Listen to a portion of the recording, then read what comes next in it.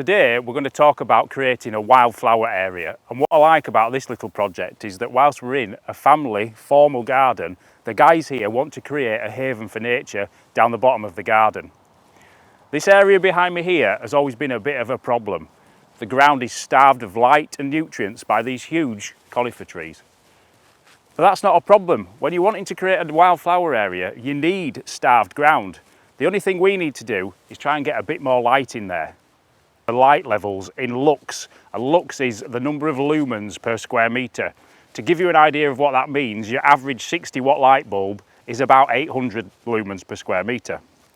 So I need to go in under the trees and actually measure the lux levels and make a note of that and have a see whether anything's really going to grow.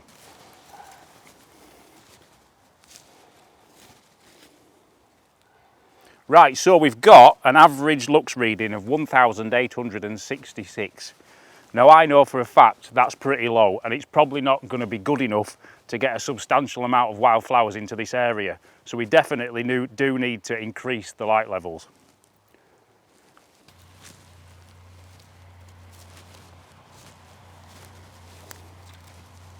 Now a lot of the lower branches on these pine trees are actually dead, and that's because they have not had enough light.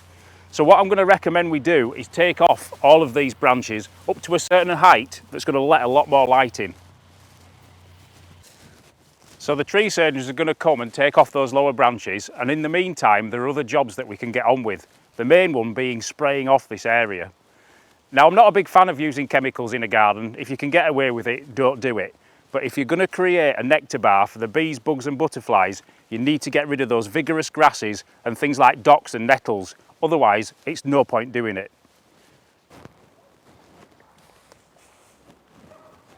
So as you can see, I've got my spray suit on and my wellies. As a professional, when you're spraying, this is what you've got to do by law. And if that's what it says, then that's what you've got to do. And for me, I always like to do belt and braces and keep it safe.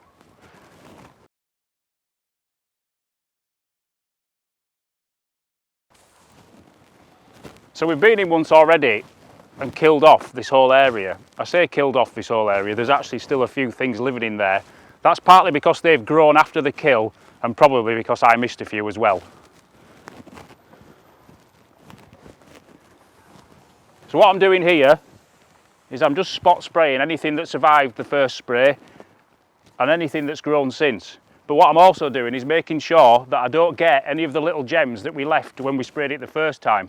For example, there are some bluebells just under a tree over there, and we've also got quite a few little primroses like this one here, and the last thing I want to do is kill off that. So that's how you get to the point of scarification, by killing the site using weed killer. But now we're going to go off and have a look at a different way of doing it where you don't use any chemicals at all. Right, so today we're going to create a wildflower meadow in this already established lawned area. Now what's great about creating a meadow in an environment like this is we don't actually have to use any chemical weed killers. Now that makes it the perfect job for anyone that might want to transform a little bit of their garden lawn into a wildflower meadow themselves. Now as you can see, we've actually marked out the area where we're going to create the wildflower meadow. It's not all going to be wildflower meadow, just this central section. That will allow the owner of the property to still mow the outside fringes and use that space maybe for the grandkids to run around. So by marking it out, that's defined the area in which we're going to make the meadow, and the next stage is to actually get the equipment in and start ripping out some of this grass and making space for the wildflower seeds. You'll see up there we've got a machine just sat at the edge of the area. That's a scarifier. You can get that from any local hire centre. We've got one from just down the road this morning. It's not an expensive bit of kit for the day, and if you've got an area of this size or a bit bigger, it's perfect for the job we're doing. Otherwise, you could just actually use a hand scarifying rake, like a springtime rake, to do a little area of your own lawn yourself, and I'll show you how to do that a bit later on in the programme. So this is how the scarifier works. It's a machine on 4 wheels that actually adjust with this knob at the front, and that adjusts the height in which the cassette of vertical blades go into the ground and do the ripping out. Now if you lift the flap at the back, you can see that cassette of vertical blades, and you can see how they actually physically go into the ground. They cut through things vertically. Now it's quite a noisy machine. It's got a good high-powered engine, and when you fire it up, you're definitely going to need a set of ear defenders. It runs on petrol, but I always find a full tank of petrol in one of these babies is going to probably do a job this size, no problem. So there's no worries there about having to refill it.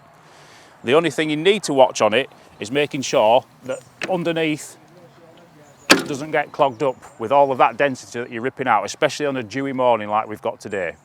Okay, so I've done one pass with the scarifier. I've gone up and down the area all the way across one time, and you can see it's ripped out a significant amount of bulk. It's really sort of thinned things out. When you get down and have a look, you can see sort of bare patches of earth, and that's a perfect tilth for the seed to start growing. Now what I need to do next is get rid of all of that bulk. If I just leave it on the surface, it'll break down, it'll rot down into the ground, and it'll actually fertilise the ground, and that will make the grass grow back with significant vigour. So by raking it up into piles and getting rid of it, getting it off site, it's not going to feed the grass, and that in turn is going to weaken what's left of the grass and give that wildflower seed a good fighting chance. So like I said, when you get down low and have a look at what the scarifier's done, you can see how it's taken out the bulk of the grass. In fact, you can actually see sort of the lines where the knives of the scarifier have grown through and ripped it out. And what that's left us with is this exposed bare earth. And that's going to be the perfect environment for the wildflower seed to germinate in. Now, to give that seed a really good fighting chance, I need more bare earth. I need to reduce that grass by even more of a percentage. So I'm now going to pass in the opposite direction with the scarifier and rip out a whole load more.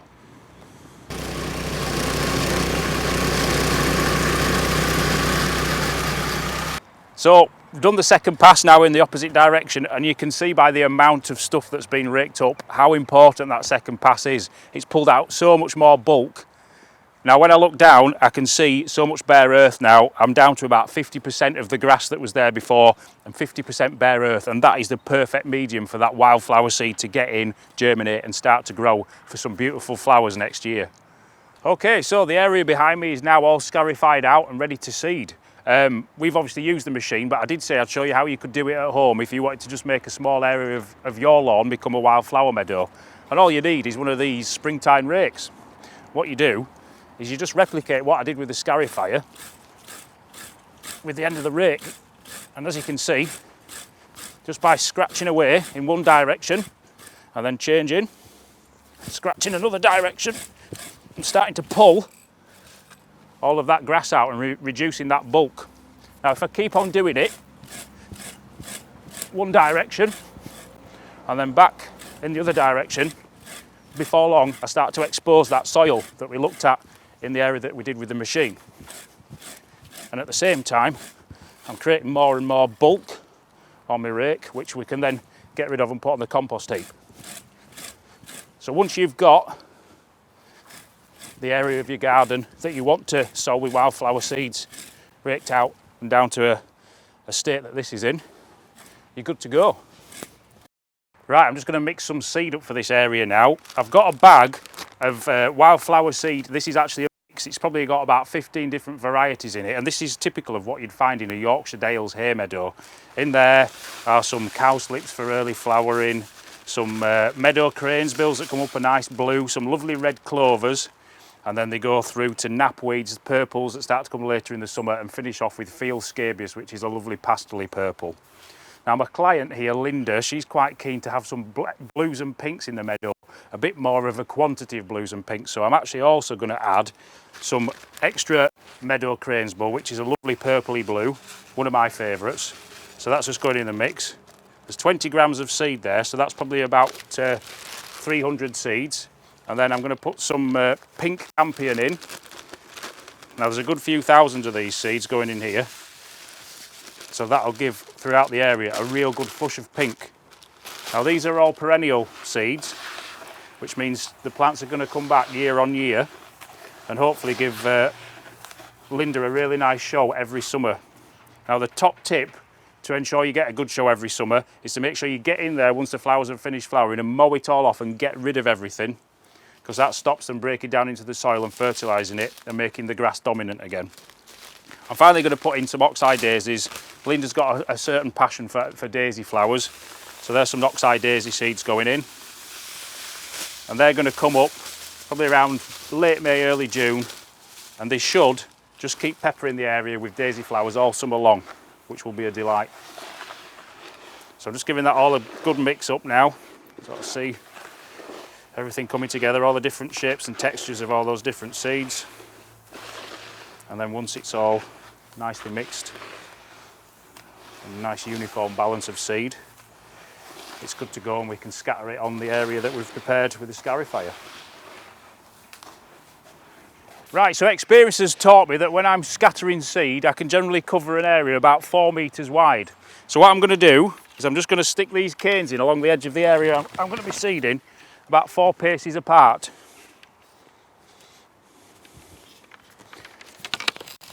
And by doing that, when I go up and down the rows, scattering the seed, I've got something to refer to, so I know that I'm actually not going to miss any bits.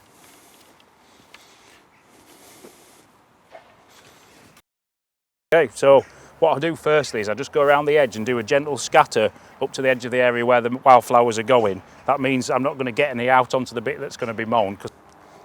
And so by going around the edge like this, I get that clean, sharp edge, but also it's going to make the edge of the wildflower area that little bit dense in flower, which when you stand back and look at the area, it's going to make it look quite spectacular. Okay, so that's the edges done. I'm now just going to go up and down my 4 metre lines, just working my way across and doing the whole area. As you can see, I'm not putting a massive amount on, and yet I'm probably putting hundreds if not thousands of seeds on each square metre of grass.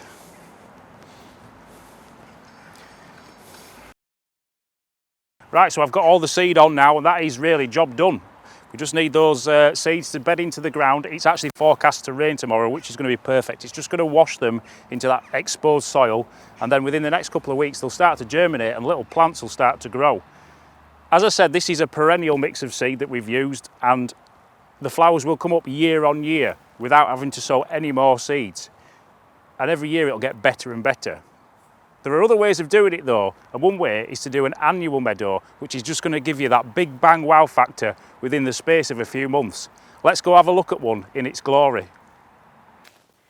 So hopefully this programme's shown you how easy it is for you to make your own little wildflower haven in a corner of your garden. If you fancy that idea, if you've enjoyed what you've watched, if you'd like some tips and advice, then please do not hesitate to get in touch with our media team at lovegardening.com.